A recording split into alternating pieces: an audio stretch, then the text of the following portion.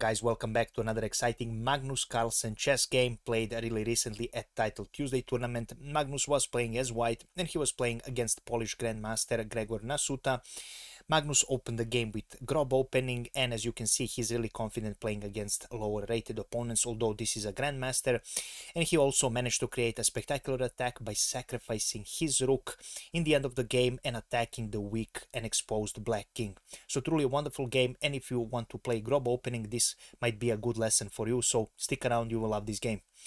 So Magnus opens the game with g4. This is the intro to Grobs Opening. Black responds with d5. We have e4, white gambits another pawn here. We have d takes on e4, and knight c3 was played for Magnus, right now trying to retake this pawn. e5 was played for black. Black continues his development, allowing white to pick up this pawn.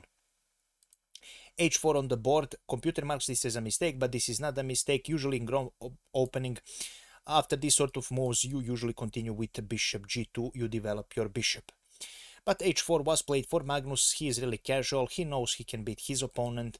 His opponent replies with knight to c6, we have bishop to g2 by Magnus, and h5 is played on the board. Right now, again, computer marks this as an inaccuracy, but please do not focus on these marks. Computer, as you can see, recommends playing knight to f6 as a better alternative. We have g takes on h5, and right now f5 was played for black. Computer again thinks that bishop e6 is a better way to continue this game, although this is still not a mistake and not a blunder. We have d3 on the board. Now Magnus tries to undermine this center. We have e takes on d3. Again, computer with his calculations and thinking thinks this is a mistake as well. Bishop to g5 played for Magnus Carlsen, although taking this knight again was a better option, at least by computer evaluation. But this queen is attacked, and right now bishop e7 was played for black. Now black was doing a bit better, but after bishop e7, white is slightly better, at least by computer evaluation. But please, this is two humans playing, so this is not computers playing, and this is not super important right now. We have c takes on d3 by Magnus Carlsen. A recommended line here after bishop e7 was to again take this knight, and after b takes on c3 to simply play c takes on d3 and take this pawn. But c takes on d3 was played by Magnus, and bishop takes on g5 was played for black. We have now bishop takes on c6 for black, b takes on c6, and h takes on g5. As you can see, Magnus still hasn't castled, but black king is also not in castle, and he's not safe at all. We have queen picking up on g5. Black looks really comfortable right now, but white is slightly better by computer evaluation. Knight to f3 was played for white, developing his knight and also attacking this queen. We have queen to e7, retreating the queen, and right now Magnus continues with queen to a4, aiming to pick up this pawn and maybe take this rook with the check. Bishop to d7 develops the bishop and also protects the pawn, so everything is fine. Computer sees that bishop b7 is a better alternative here for white. Right now, good move by the computer, a long castle for Magnus Carlsen, so Magnus finally put his king to safety.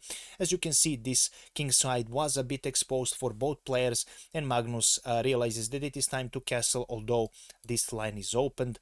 White is doing just fine. We have c5 on the board right now, threatening a discovered attack on this queen. A queen to c4 by Magnus Carlsen. Queen a5 was a better alternative by the computer evaluation.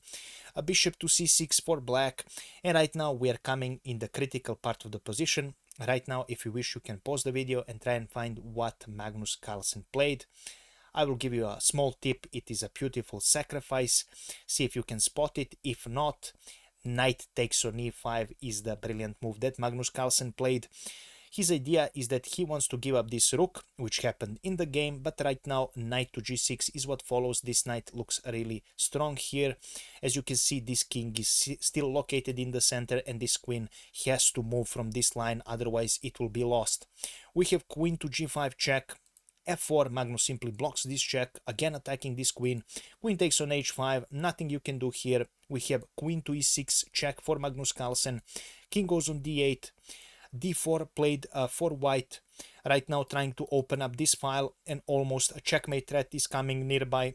Black king is really exposed, and black heel is on the really low on time, only 20 seconds.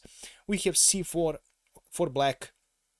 Knight to e5 played by Magnus, threatening immediate checkmate, so black has to react somehow. Only 4 seconds on the clock. We have knight to f6 to block this threat, but after d5 is where black timed out. Now computer sees that pretty much all of the lines lead to checkmate unless you pick this line, which is actually c6.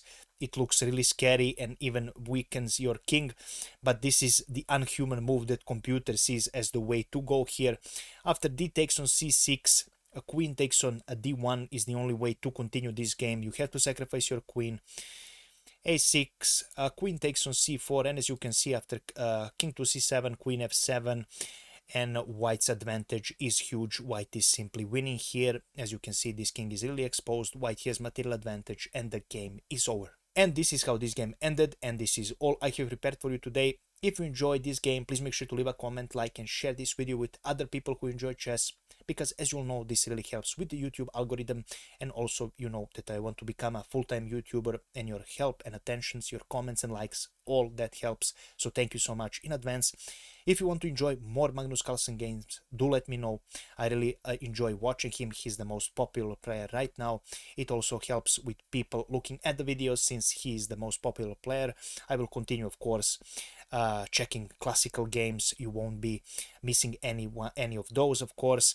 And do let me know about your thoughts about the Grobs Opening. Do you enjoy playing it? I personally never played it. Once I blundered something, I believe, in the opening against Grob, because I just wasn't familiar to those kind of structures, and I remembered it, and from there I was exploring a bit how to play against it, but never enjoyed playing it because it's simply too weak in my opinion, especially for players my level. You just want to play real chess. You want to play and develop your pieces. You don't want to create weaknesses in the opening. It's too risky, at least from my perspective. And yeah, guys, thank you so much for watching, and we'll see each other in the next video. I wish you a pleasant day. Bye bye.